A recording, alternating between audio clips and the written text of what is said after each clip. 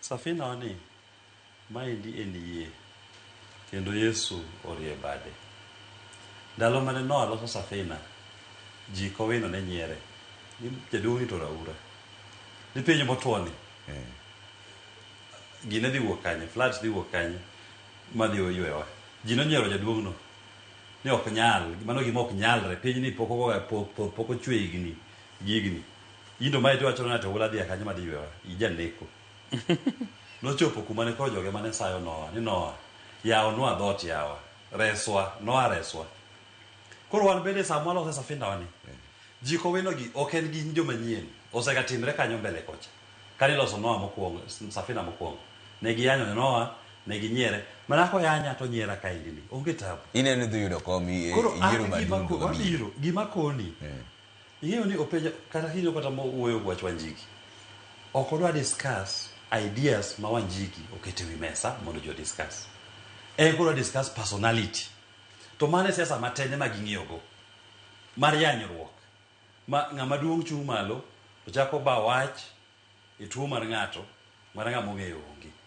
Ng'ama duong' chung' malo kuma nyithindo nitie, mere nitie, ochako weche gi madongo ma ji ok onego wacho. Siasa ma ging'iyo godo. Experience monyisa ni onego wabed godo e sirikal no. Emokelo kuma nitie. Joma nigi experience go duto e sirikal. Mosetiyo sirikal ni duto nyaka kawuono. Sani ji tho e osiptal. Sani nyithindo somo qualify onge tije. Sani kata sama wuoyo kodini. Kabiro ka gimodeka miyo moro gocho na kawuok Mbita. Eunice. Odhi nindo kech. Amanyne kata mana slave beach monyewo wewo gi nyithindo. To inyisa di pesa nindo kanye? Nindo Homa Bay.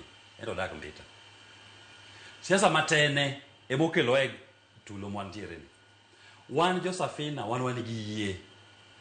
To yie marwa en niya. Wadwa wuoyo gi jo Kenya. Mose rango bowacho ni siasa matene mose bedo godo ni. Osekelo na tulo mwantiere ni. Wachak ruoth manyien. Ma revolution. Iwinjo? To kata sani joma dhi chungi. Odhi buoko na joma safina madhi yombo e by elections mabiro gi. Udhi yombo kombe. Wadhi yombo kombe moko mabiro kaendi gi. Mane muneno? Ana senyisi Trevor adwa diluonga kae tarik 27 dwe mar 11. Yiero maduong'. Kendo jok madhi yombo gi Don Safina gin joma below 40 years gite. Okay. Achiel kuomgi en a 30 year old. Ifaka ariyo kuomgi. Kanye. Gin 30, achiel ni Nairobi ka achiel ni Narok. Mago joma moro bende wan godo nyaka Ogunja. Diyombo. Koro gima koni ni wuoth Ogunja bu pero ni diyombo. Asenyisi ni ya. Gima wacho ni ji winja. Jopiny winja. Kadak ma jodak bernegi. Joma non dak ma gidak godo bernegi no. Siasa matene nitie, ok ni gionge. Diuru kodgi mbele. Okatamra. To nitie joma benda wuoyo go manyisa ni Willis. Kaka wadak ni ok ber. Wago uru tamsi manyien, jochak wuoth manyien, mang'iyo ber mar japiny. To mane kuma chung'ie. To katie ka wacho niya. Yini ang'o mayot na mogik manyatimo. Debe na e space na wuoyo mar manyo mara. Ipane sana kane kaka osimu na gone Ruto, kata Wanjigi ka osimu ni gone Ruto. Ni miya gimoro koro watiku mara chiel. Dotamre, dako tamre. Onya miya gima dwaro. To en ber mane man Willis woda lego, woda ka kan.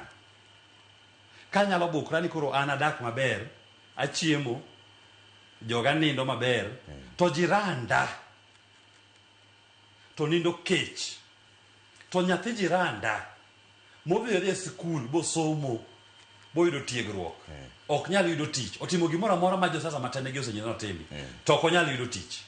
Nikech sirikal oketho uchumi mar Kenya. En ber mane? Koro anachiwora. Isingo ne jopiny ka endi ni in Wanjigi udhi laro kom mar jatend piny Kenya gi jalup jatend piny Kenya. Ana singorani an achung' karwa ka endi safina ka. Ane jalup mar Jimmy Wanjigi. To kom wadhi mralaro en kom mar president. Ka Wanjigi en chung president. Ana chung deputy mare. Okay. To gima be miyo wamanyo gini. En ni walokuru template kaka Joseph Biloka dak e Kenya kae. Okay. Ma revolution owino. Aye. Sawa, sakoro revolution en loko kaka gima timo en pogo kaka Joseph Biloka dak Kenya ka. Ok en mapile.